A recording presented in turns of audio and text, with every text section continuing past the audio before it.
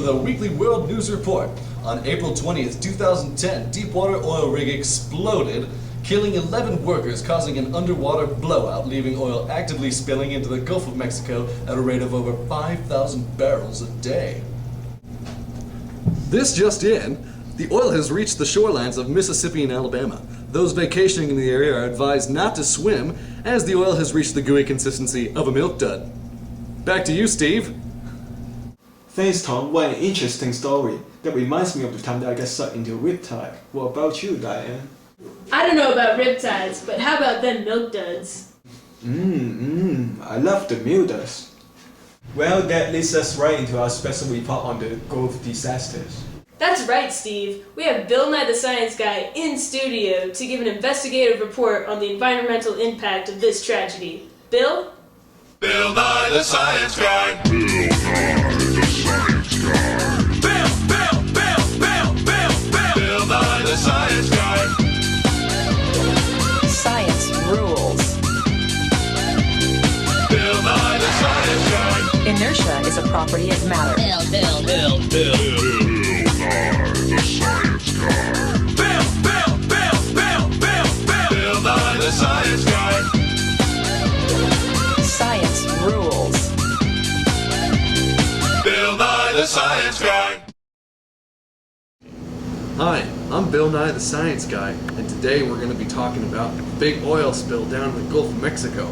First of all, what is an oil spill? Well, I made a little drawing to make it easier for everybody.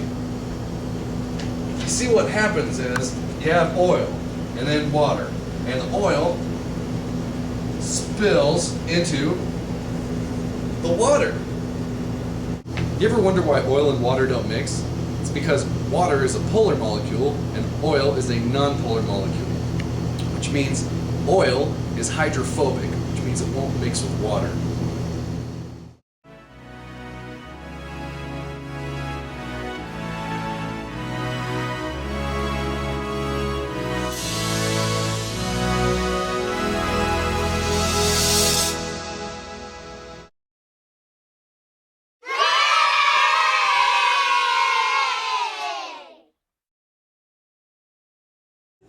Oil spills are really complex, so I had my friend Jocelyn here come in to explain it to us.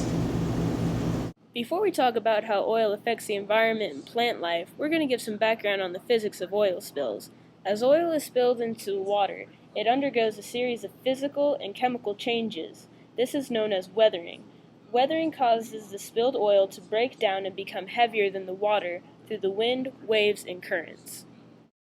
First, as we demonstrated in our earlier experiment, as oil enters the water, its light particles float to the top, spreading along the water's surface. Oil is a complex mixture of hundreds of organic substances dominated by hydrocarbons. Evaporation occurs when the lighter substances within the oil mixture become vapors and enter the atmosphere. This process leaves behind the heavier components of the oil, which may undergo further weathering and sink. The heavier oils that remain may leave a thicker, more viscous residue that is difficult to remove from beaches. Emulsification is a process that forms emulsions, that is, mixtures of small droplets of oil and water. These are formed by wave actions and can increase the oil's volume by up to 4 times the original amount. These mixtures are more resistant to other weathering processes, making emulsification the main reason crude oils remain on the water's surface. These emulsions can even cause the oil to sink, and thus the oil may linger in the environment for months or even years. In water, oil may combine with oxygen to produce water-soluble compounds that dissolve in the water. This process affects oil slicks, mostly around their edges, but thick oil slicks may only partially oxidize, resulting in the formation of tar balls, dense, sticky black spheres that may remain in the environment for a long time, which can collect in sediments or wash up on beaches long after a spill. Biodegradation refers to the breakdown of oil by microorganisms such as bacteria, molds, yeast, fungi, and algae as they feed on hydrocarbons in the oil for energy. For biodegradation to proceed, nutrients such as nitrogen and phosphorus must be present. These are sometimes added to the water during cleanup response actions at the oil spill sites. So the oil spills can affect the environment by creating dead zone.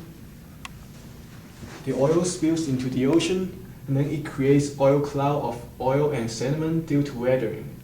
So at night, the plankton try to come up and eat, they get trapped into the cloud and die.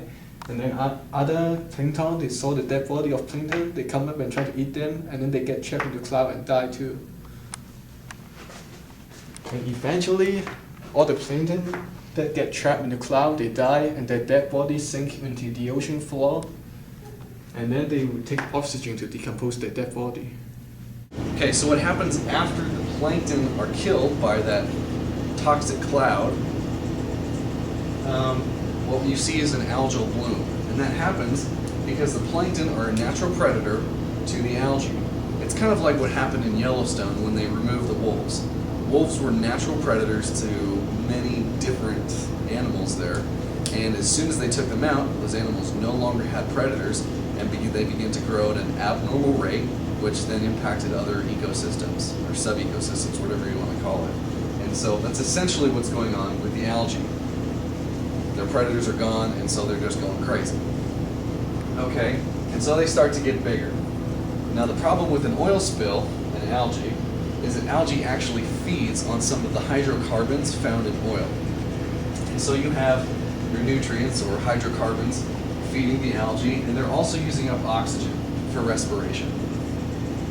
Now the problem with an algal bloom is that some types of algae produce what's called domoic acid.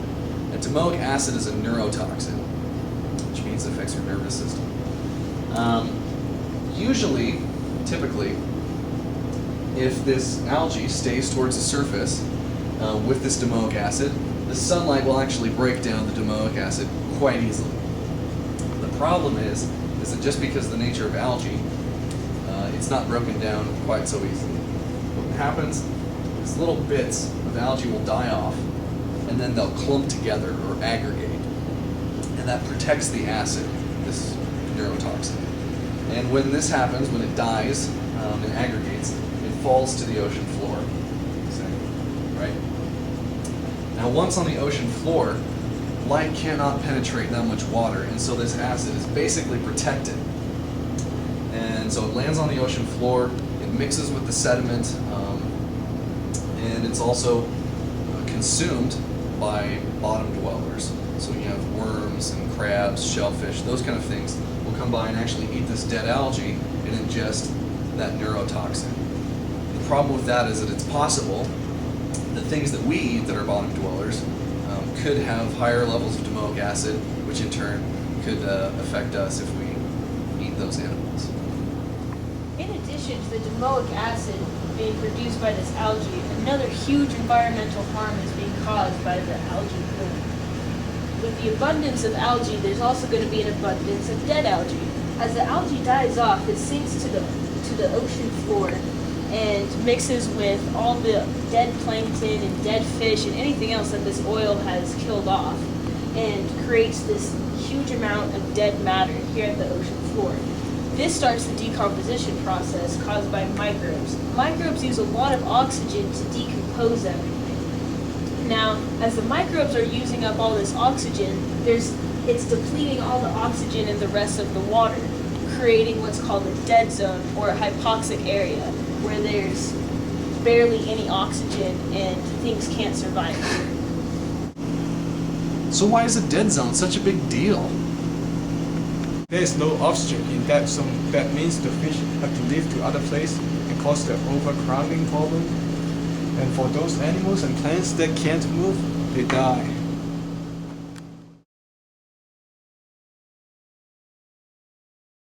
No, but it will take a long time to recover though. Once the oil is gone, and the oxygen can come back into the ocean, and things will recover. Thank you for tuning in to our special segment on the oil spill, brought to you by Bill Nye the Science Guy, as incredibly boring as it was. Bill, you are such a waste of oxygen. And that concludes our segment on the oil spill and how it creates dead zones by algae.